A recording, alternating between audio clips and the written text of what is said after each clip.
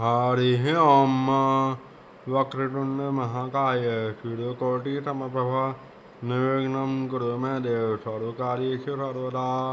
प्रिय दर्शकों नमस्कार, मैं पंडित श्रीकांत शर्मा ज्योतिषाचार्य आज के वीडियो में आपका हार्दिक स्वागत करता हूँ। आज के वीडियो में हम आपको एक बहुत ही महत्वपूर्ण योग सरस्वती योग के बारे में विस्तार से बताएंगे।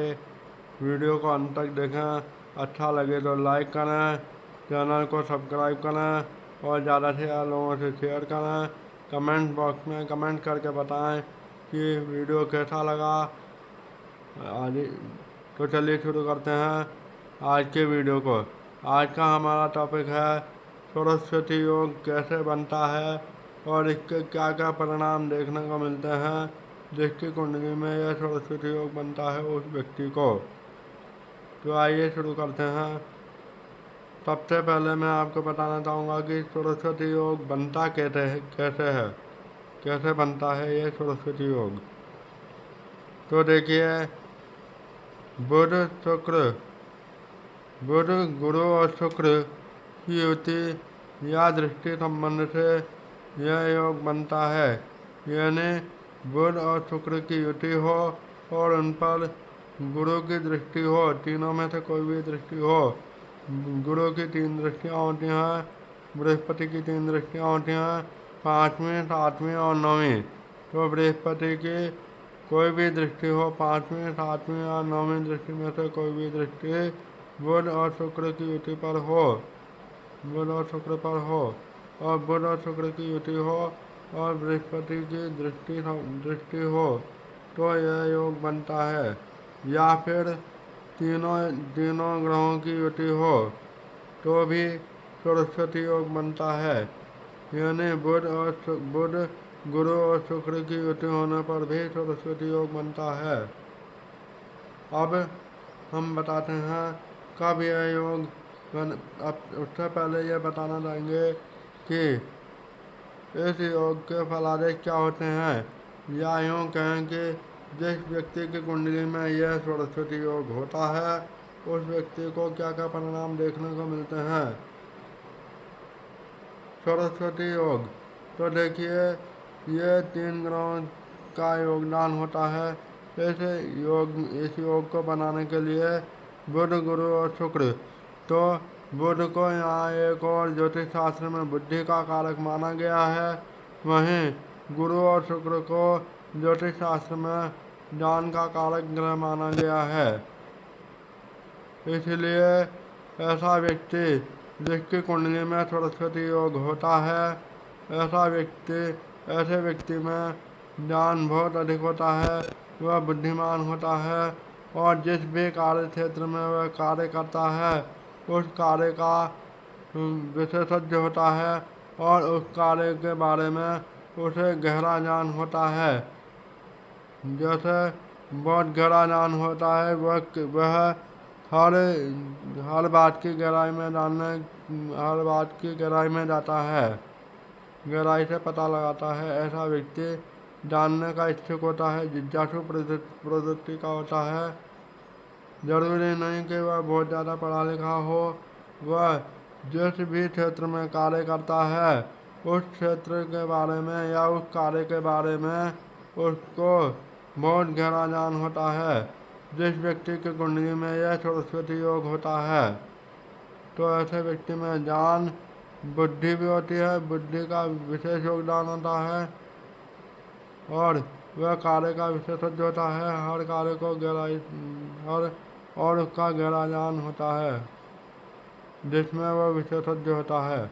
अब हम बताते हैं कि सरस्वती योग कब बनेगा और कब नहीं। यानी यह योग, ये जो फलादेश मैंने बताया है वह फलादेश उस व्यक्ति को मिलेंगे या नहीं और किन कंडीशन में यह योग बनेगा और किस में नहीं बनेगा। तो आइए शुरू करते हैं। सबसे पहली बात तो देखते हैं सूर्य से अस्त। यदि तीनों में से कोई भी ग्रह सूर्य के नज़दीक हो, यानी सूर्य से अस्त हो रहा हो और डिग्री डिफरेंट कम हो, बहुत कम हो, जिस भी ग्रह का या जो भी ग्रह सूर्य से अस्त हो रहा हो तो यह योग नहीं बनेगा। और अब आगे बात करते हैं भाव या घर की। यदि इन तीनों में से बुध गुरु शुक्र में से कोई भी ग्रह यदि कुंडली के दूसरे 11वें या केंद्र स्थानों में किसी भी घर में युति या दृष्टि बना रहे हों तो यह योग बनेगा। जैसे मैंने परिभाषा के तौर पर बताया था कि बुध और शुक्र की युति हो और बृहस्पति की इन पर दृष्टि हो, परंतु एक बात ध्यान रखने की है कि यदि ये युति और दृष्टि संबंध कुंडली के केंद्र भावों में और त्रिकोण भावों में, इसके अलावा कुंडली के दूसरे और 11वें भाव में यह संबंध बन रहा हो तो यह योग बनेगा। और त्रिक भाव में यदि यह संबंध बन रहा हो तो यह योग नहीं बनेगा। त्रिक भाव कौन कौन से? तीसरा, छठा, 8वां और 12वां।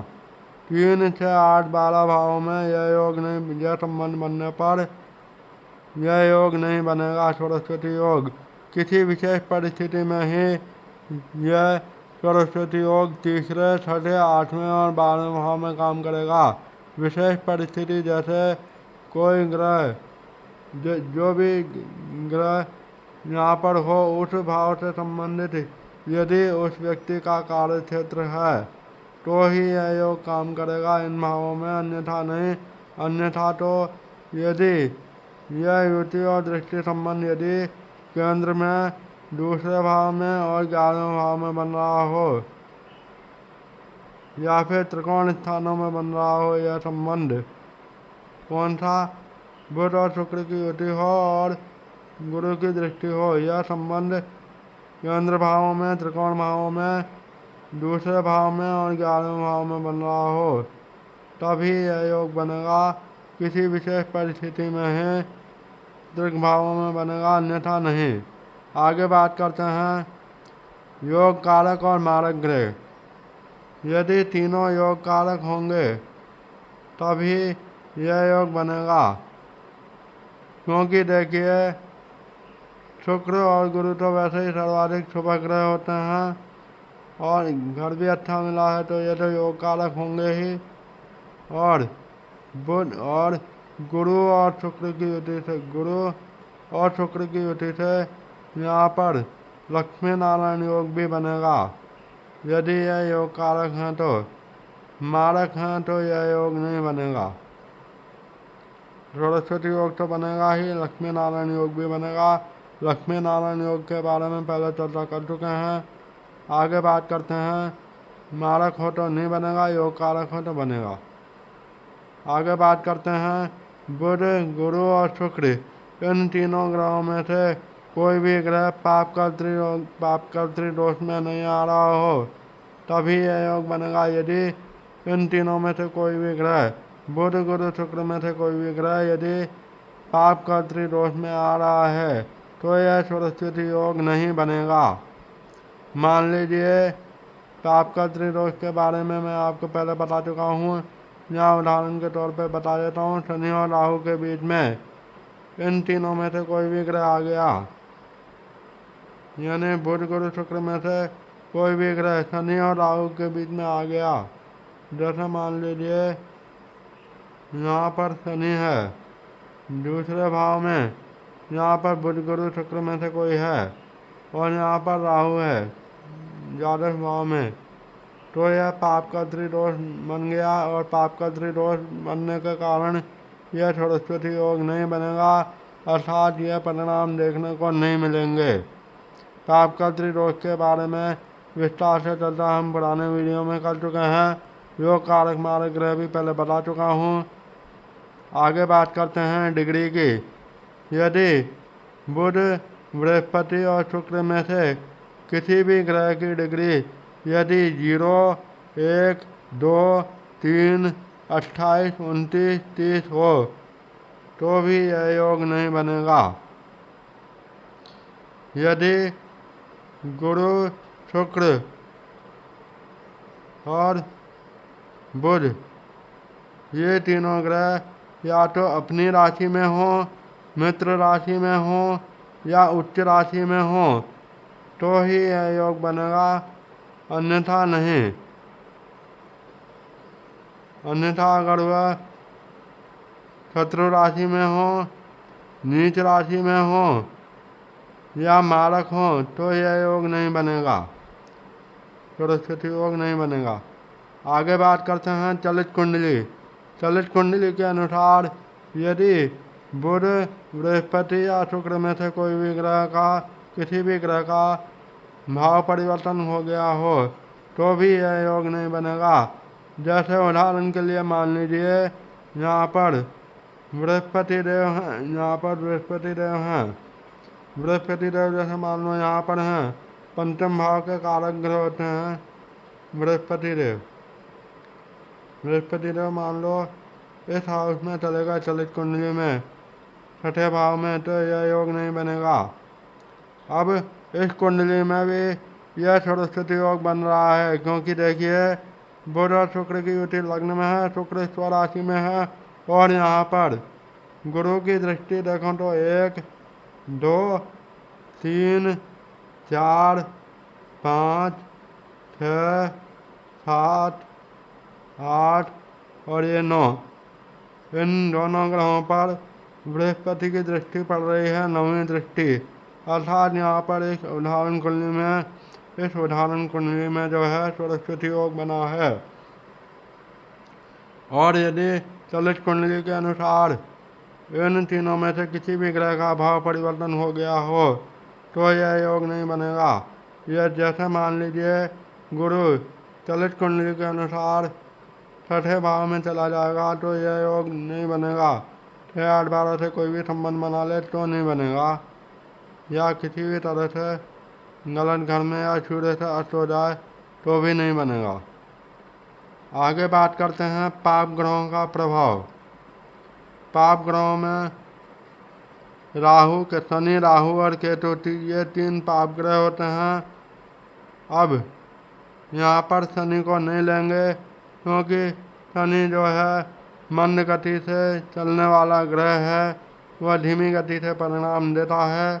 उसके अलावा शनि जो है हर बात की गहराई में जाने वाला ग्रह होता है और बहुत ही सोच समझकर और कर्मों के अनुसार व्यक्ति को परिणाम देता है।